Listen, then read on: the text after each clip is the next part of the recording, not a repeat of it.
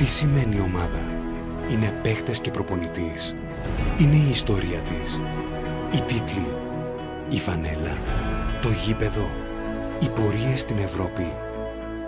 Τι σημαίνει ομάδα? Είναι ο κόσμος της. Εσύ. Αυτό που κρύβει μέσα η καρδιά σου. Η αίσθηση ότι ανήκει σε μία οικογένεια. Τι είναι ομάδα?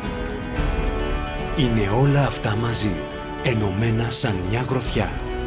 Και αυτή την ομάδα, από σήμερα, θα την πάμε εκεί που της αξίζει. Εμείς, μαζί σαν ένα, σαν πραγματική ομάδα.